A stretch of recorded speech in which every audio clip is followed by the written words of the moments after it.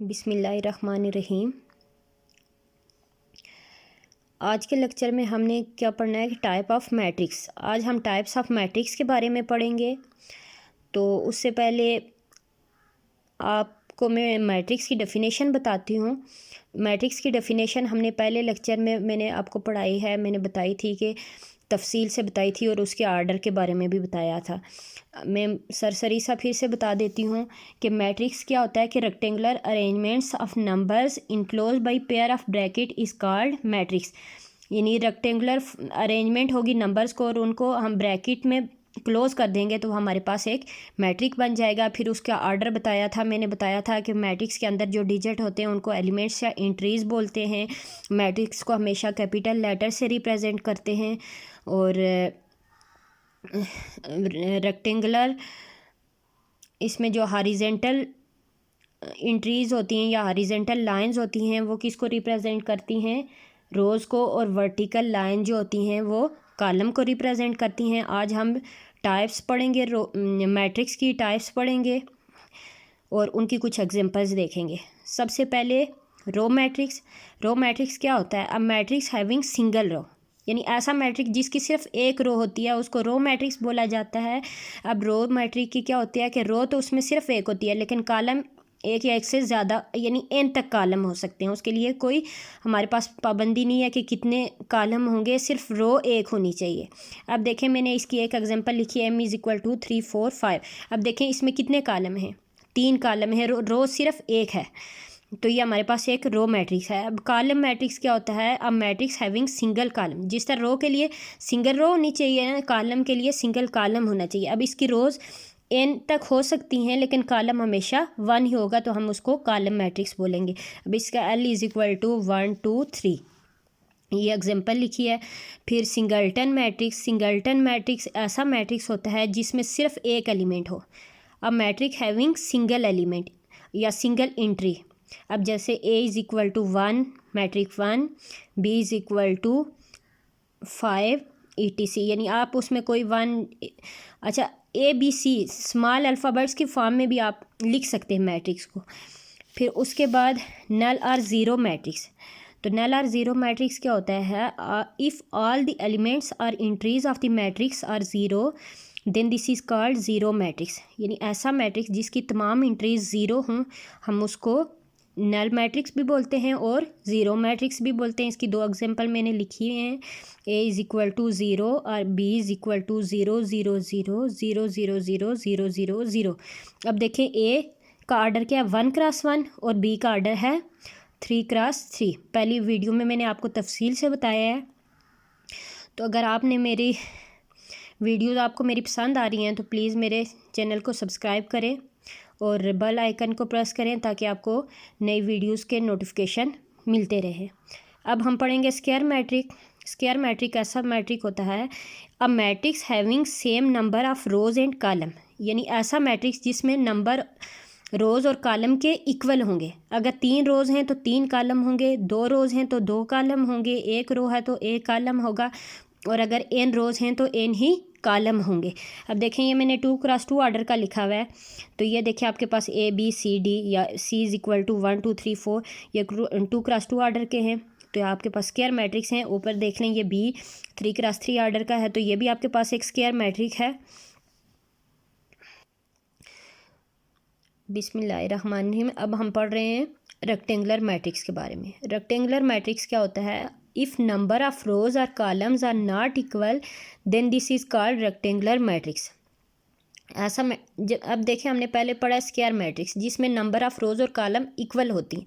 और rectangular matrix, rectangle नाम से देखें आपको शो हो रहा है कि रेक्टेंगल कौन सा होता है जिसमें, अब देखें हम रेक्टेंगल के बारे में पढ़ते हैं ना तो उसकी अपोजिट साइड्स इक्वल होती हैं, चारों साइड कभी भी इक्वल नहीं होती। इसी तरह इधर मैट्रिक्स में हम क्या कहेंगे कि अगर रोज़ 2 हैं तो कॉलम 2 नहीं होंगे, यानी जिसमें नंबर ऑफ़ रोज़ और कॉलम इक्वल ना हो वो रेक्टेंगुलर मैट्रिक्स होगा।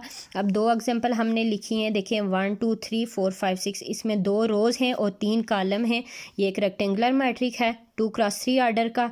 अब देखें B = 1 2 3 4 5 6 लिखा है मैंने तो ये 3x2 आर्डर का मैट्रिक है तो ये भी एक रेक्टेंगुलर मैट्रिक है क्योंकि इसमें 3 रोज़ और 2 कॉलम है।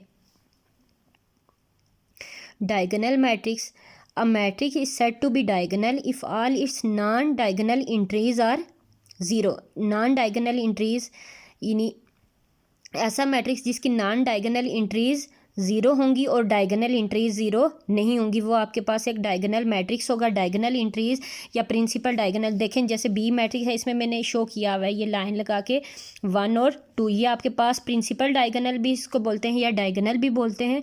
तो प्रिंसिपल डायगोनल के अलावा जितनी एंट्रीज होंगी ना, वो अगर आपके पास ज़ीरो होंगी तो आप उसको डायगोनल मैट्रिक्स बोलेंगे। जैसे a इज़ इक्वल टू 4 है आपके पास, इसमें a की डायगोनल है। अब b इज़ इक्वल टू 1 0 0 2, अब 1 2 देखें ये प्रिंसिपल डायगोनल है, इसके अलावा बाकी एंट्रीज ज़ीरो हैं। अब इसमें c में देखें 3 5 4, ये प्रिंसिपल डायगोनल है, इसके अलावा बाकी तमाम एंट्रीज ज़ीरो हैं। तो ये सब डायगोनल मैट्रिक्स की एग्जांपल हैं। अब देखें हम स्केलर मैट्रिक्स के बारे में देख लेते हैं। स्केलर मैट्रिक्स कौन सा होता है? A diagonal matrix is said to be scalar if all the entries in its principal diagonal are same and non zero. अब देखें डायगोनल में था कि मेन यानी प्रिंसिपल डायगोनल के अलावा बाकी तमाम एंट्रीज ज़ीरो होंगी। इसमें भी वही बात बताई हुई है स्केलर में कि इसमें भी प्रिंसिपल डायगोनल के अलावा बाकी तमाम एंट्रीज ज़ीरो होंगी, लेकिन प्रिंसिपल डायगोनल में जितनी भी एंट्रीज होंगी वो तमाम सेम होंगी। स्केलर कौन सा होता है? होता डायगोनल मैट्रिक्स ही है, लेकिन उसके प्रिंसिपल डायगोनल की तमाम एंट्रीज सेम होती हैं। अब देखें जैसे a is equal to 1 0 0 1, principal diagonal 1 1 है। b में देखें प्रिंसिपल डायगोनल 3 3 3 है, तमाम एंट्रीज सेम हैं, बाकी ज़ीरो हैं। अब हम कह सकते हैं कि जितने भी स्केलर मैट्रिक्स होते हैं वो डायगोनल नहीं होते, लेकिन जितने भी स्केलर मैट्रिक्स होते हैं वो तमाम डायगोनल मैट्रिक्स होते हैं, लेकिन हर डायगोनल मैट्रिक्स को हम स्केलर नहीं बोल सकते। ये भी डायगोनल हैं हमारे पास, लेकिन डायगोनल के लिए सिर्फ क्या होता है कि उसके लिए ज़रूरी नहीं है कि उसके प्रिंसिपल डायगोनल में तमाम एंट्रीज सेम हों, लेकिन इसके लिए ज़रूरी है स्केलर मैट्रिक्स के कि उसके प्रिंसिपल डायगोनल की तमाम एंट्रीज सेम हों। आइडेंटिटी मैट्रिक्स और यूनिट मैट्रिक्स। अब हम आइडेंटिटी मैट्रिक्स के बारे में पढ़ेंगे। A matrix is said to be unit matrix if all the main diagonal entries are 1।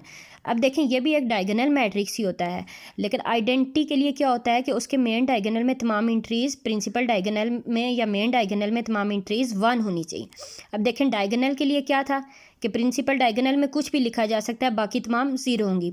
Scalar में ये था कि प्रिंसिपल डायगोनल की तमाम एंट्रीज सेम होंगी, लेकिन आइडेंटिटी या यूनिट मैट्रिक्स में प्रिंसिपल डायगोनल के लिए ये शर्त दी हुई है कि इसकी तमाम एंट्रीज 1 होंगी, तो ये आइडेंटिटी मैट्रिक्स होगा या यूनिट मैट्रिक्स होगा, नहीं इसकी तमाम एंट्रीज सेम होंगी। अब equal matrix, two matrix are said to be equal if both have same order and also their corresponding entries are equal.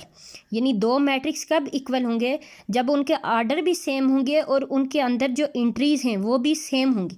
अब देखें ए मैट्रिक्स दिया हुआ है 1 3 -4 2, बी दिया हुआ है 1 2 + 1 -4 2 -2। जब बी को सॉल्व करेंगे हमारे पास क्या आ जाएगा? 1 3 -4 और 2 विच इज़ इक्वल टू ए। अब दोनों के आर्डर भी सेम हैं, 2 × 2 आर्डर के हैं, एंट्रीज भी सेम हैं, तो हम कहेंगे और बी दो इक्वल मैट्रिक्स है। मुझे उम्मीद है कि आपको मेरी वीडियो पसंद आई होगी।